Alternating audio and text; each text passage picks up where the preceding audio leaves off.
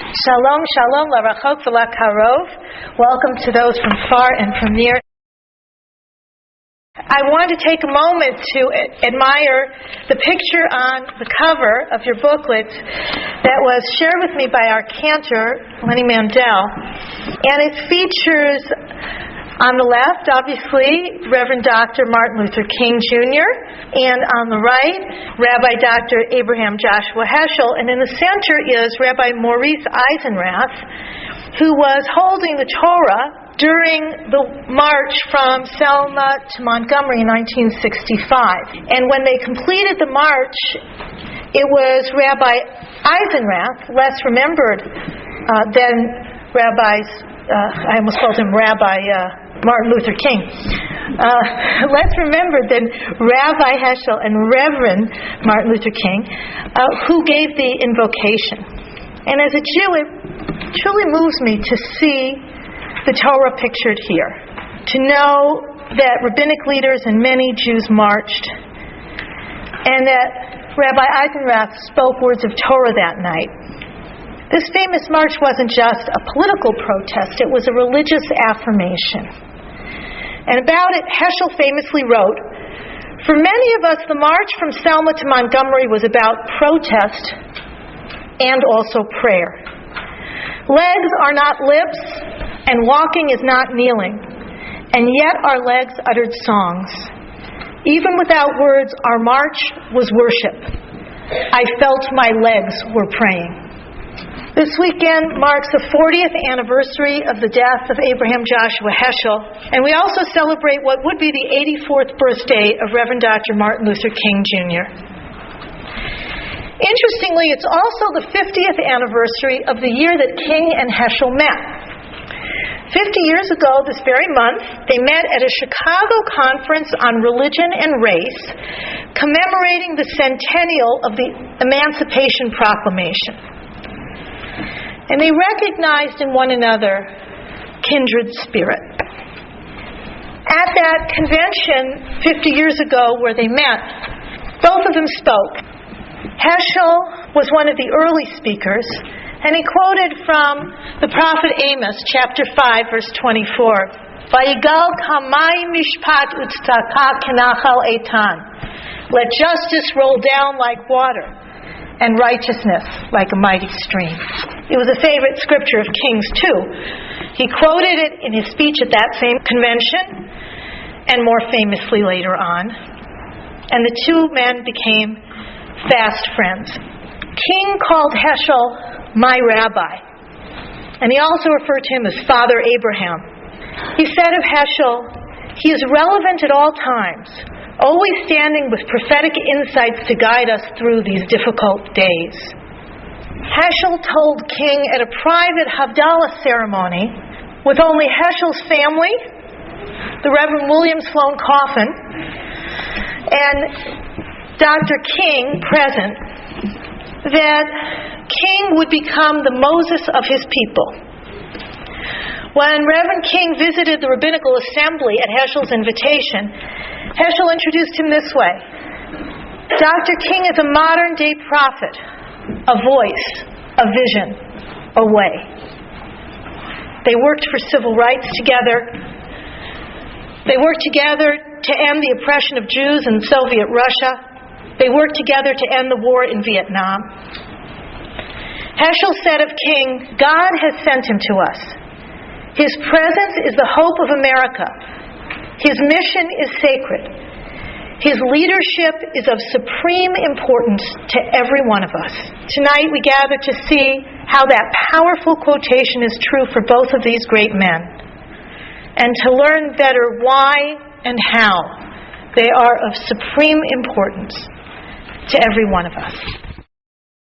There's an old rabbinic joke. A rabbi comes home from synagogue and is greeted by his wife.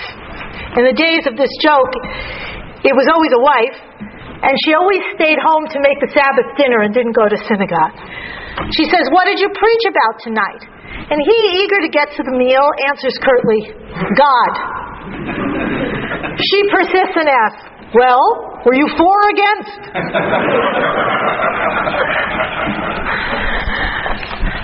Tonight, I want to preach about hope. And I don't want to spoil the end for you, but I am for. Amen. Who could be against hope? Certainly we all pay lip service to it, but are we really for it? Rabbi Dr. Abraham Joshua Heschel and Reverend Dr. Martin Luther King Jr. were for hope in the most profound sense of those words. Already in 1956, Dr. King said in his speech, "I do not come here with a message of bitterness, hate, or despair. I come with a message of love and hope." When asked what he had accomplished with his work in Chicago, he answered, "We as leaders lifted up hope. We had to do it." He often used the phrase cosmic companion to refer to God. That God was with us. That the arc of history bends toward justice. Heschel famously said, "Hope is God whispering in your ear." In preparation for tonight, I did a lot of reading, a lot of thinking, and I kept coming back to this simple premise that if we're going to improve the world according to their visions, then we must first have the hope that it is possible. We must have hope, each of us for our lives individually, and we must have hope collectively that we can make a difference. Think about the biographies of these two great men. King was imprisoned over 20 times in Georgia and Alabama. He was often put into solitary confinement and moved from jail to jail so no one would find him. His house was bombed more than once. He was stabbed. He was stoned. He was spat upon. He wrote, "I have known very few quiet days in the last few years. A day seldom passes that my family and I are not the recipients of threats of death." His struggle was not just physical. He wasn't only worried about his physical well-being. He also had serious spiritual challenges. When he gave his famous speech against the Vietnam War, the reaction was immediate and extraordinarily hostile. He was castigated by the media. Individuals who had sided with him in the past abandoned him. He was condemned by the National Urban League, the head of the NAACP, and even his friend and ally Jackie Robinson questioned his leadership. Jewish and civil rights groups, in some cases, joined in those attacks, I am ashamed to say. The entire board of the NAACP unanimously opposed him, and even the Southern Christian Leadership Council asked him to cease and desist and told him they could not continue to back him if he stood against the war. Heschel was born in Warsaw, Poland in 1907. He left to study philosophy in Berlin, in part because it was a great center of philosophical study, and in part to escape virulent anti-Semitism. Then in 1938, he was deported by the Gestapo to Poland, but he managed to flee to England in 1940. He was able to come to the United States, but he left his family and his culture behind. He taught at the Hebrew Union College, which generously took him in, but he didn't fit there. He later taught at the Jewish Theological Seminary of America, where he fit slightly better, but was not given the honor truly due him. When my father was a rabbinical student, he was Heschel's secretary. Heschel's office was a converted broom closet. It was a place of no honor. The seminary at that time was all about Wissenschaft des Judentums, the scientific study of Judaism. They didn't know what to make of this Hasidic poet and prophet. These are not hopeful biographies. They're tragic biographies. But the leaders, the human beings, were hopeful. Another joke.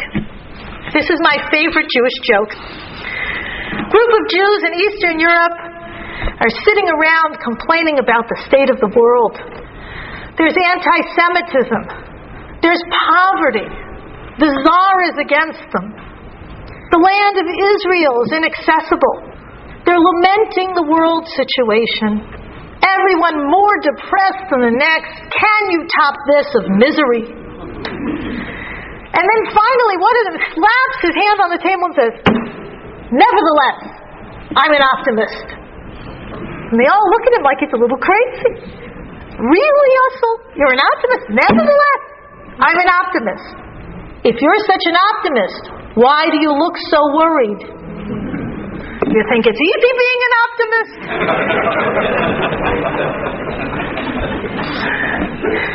Heschel and King were not hopeful because they were cockeyed optimists or Pollyannas. They clearly saw, they knew firsthand the evils that people are capable of. But they had hope and they had humor, which is why I'm telling some jokes tonight. Because they did, and they loved to laugh. Reverend Dr. Martin Luther King said, "It is cheerful to God when you rejoice or laugh from the bottom of your heart." One of the reasons that Heschel and King bonded at that conference 50 years ago was not just that they both quoted Amos. It was that Heschel used humor. It was a conference on race and religion. And Heschel wryly observed, "At the first conference on religion and race, the main participants were Pharaoh and Moses." And he said further, "The outcome of that summit meeting has not come to an end. Pharaoh is not ready to capitulate. In fact, it was easier for the children of Israel to cross the Red Sea than for a Negro to cross certain university campuses." Heschel and King had humor and hope because they did not allow their souls and their attitudes to be dictated to by human misconduct. Reverend King advised both realism and optimism. He spoke eloquently, saying, "We must accept finite disappointment, but never lose infinite hope." The question is how? How can we, facing difficulties, even facing destruction, not lose hope? I think there is a hint in the Hebrew. The Hebrew word tikva, hope, is related to the word mikvah, meaning ritual bath. They both come from a root meaning container. The mikvah contains the waters. And tikva, hope, is also a container. You lose hope if you let it run right through you. You have to make an inner container for hope. You have to make within yourself and of yourself a vessel for hope. And the root words also suggest that you have to dive in. You have to immerse yourself. When you go to the mikvah and you submerge, for that submersion to be kosher, every part of you must be touched by the water. You have to spread your fingers. You have to dunk so that your hair gets wet. You have to lift your feet off the bottom of the pool so that it touches you everywhere. Let hope touch every part of you the way waters in a mikvah touch you. And I want to invite you now, right sitting in your chair, to make that possible, to spread your fingers or open up your arms, to feel that hope can come in. Whether hope enters doesn't depend on what is outside. It depends on the container that you create to receive hope. The word kaveh in Hebrew also means as a verb to wait. In the words of the psalmist, Kaveh el Adonai, chazak v'yematz libecha v'kaveh el Adonai. It means to wait, but not just passively. Wait expectantly. Wait for your miracle. Wait and hope on God. Strengthen your heart and be of good courage. Yes, wait and hope on God. Hope can be a cliche. Let's all hope for the best.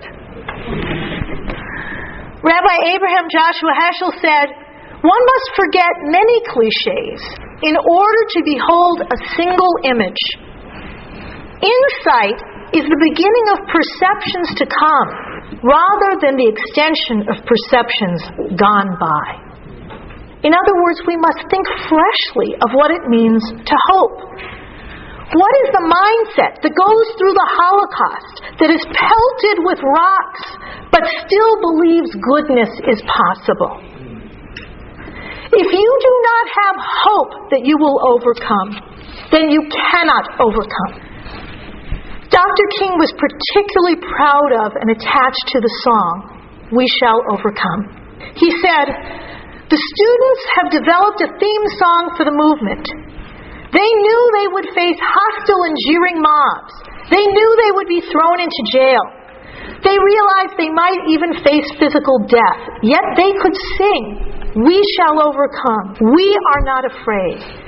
Then Dr. King continued, "Something caused me to see at that moment the real meaning of the movement, that the students had faith in the future, that the movement was based on hope." Hope is faith in the future. I want to invite you now to look inside and find or create a container for hope. I want to invite you to incline your ear and listen to hear God's whisper. I want to invite you to plunge into the words and hear them afresh, not just as an old familiar phrase and tune, but as a new word of hope for you, a perception to come, rather than the extension of perception gone by. Build your hope.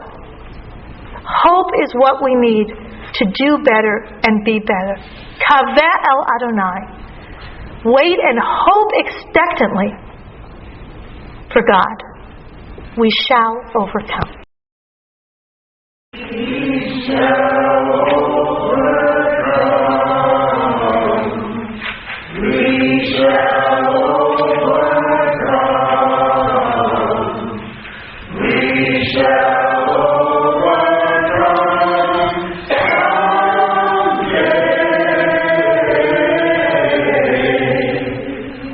Only in my heart I do believe we shall overcome someday. Like anybody, I would like to live a long life. Longevity has its place, but I'm not concerned about that now. I just want to do God's will, and He's allowed me to go up to the mountain, and I've looked over, and I've seen the promised land. I may not get there with you, but I want you to know tonight that we, as a people, will get to the promised land. And I'm happy tonight. I'm not worried about anything. I am not fearing any man. Mine eyes have seen the glory of the coming of the Lord. I want to say to young people, remember that there is meaning beyond absurdity. Know that every deed counts, that every word is power. Above all, remember that you must build your life as if it were a work of art. These are final messages from two great, great men. And it returns me to our cover page and that third man who stood with them, Rabbi Eisenrath. Because he too gave a final message just before he died. He was asked, "For what would you like to be remembered?" And after a long pause, he answered, "That I helped move humanity and Jewry one scintilla forward toward the Messianic era." Now, Rabbi Maurice Eisenrath was no slouch. He was a rare intellect. He completed his undergraduate degree, a preparatory year in Hebrew, and 5 years of rabbinical school in exactly 3 years. He was a leader among spiritual leaders. For 30 years, he was executive director and president of the Union of American Hebrew Congregation. He was a rabbi to every Reform rabbi in the United States. Yet, he's relatable. He's accessible. For rabbis, priests, and ministers, he remained a colleague.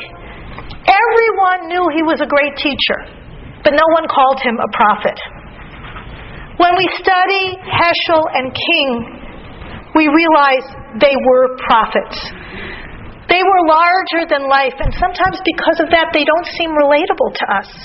We don't believe we can put into practice what people as great as they preached. So there's a danger that we'll walk out of the service having merely admired them. But they didn't work and sacrifice and preach to be admired. Appreciating them is not enough. We have to change. We have to model ourselves after them. We have to implement their vision. We have to, in Heschel's famous phrase, take a leap of action. What will you do more or differently out in the world because you were here tonight? How will you be of service to a good person or a worthy cause in some new way? To what and to whom will you bring hope? In response to these demands, Rabbi Eisenrath can help us. I'm no Heschel, I'm no King, but I could aspire perhaps to be an Eisenrath. Eisenrath's biographer, Avi Shulman, said, like so many people, Rabbi Eisenrath had a dream of a more just and peaceful world. What distinguished Eisenrath was the intensity and the magnitude of his determination to realize that dream. Well, we can cultivate intensity of determination. La Brute. We can pursue peace and justice with Eisenrath's fervor. We can aspire to his modest but deeply powerful legacy to help move humanity and Jewry one scintilla forward toward the Messianic era. This is a large group. This is a powerful group. It's a crowd full of potential Eisenraths, and among us, I believe, there is at least one Heschel or King. Imagine how the world can change for the better if we will fulfill our intentions and put them into action. My prayer is that each of us will do our part to continue the work of Heschel and King, to pray with our legs, to move humanity one scintilla forward toward a world of justice and peace. In the words of the psalmist, Yehi Noam Adonai Eloheinu Aleinu U'Maaseh Yadeinu Konana Aleinu U'Maaseh Yadeinu Konanehu. Let the graciousness of the eternal our God be upon us. May God establish and make firm the work of our hands. Yes, establish and make firm our work. God, who blesses the work of our hands, bless us with the intensity of determination we need to do our work in the world.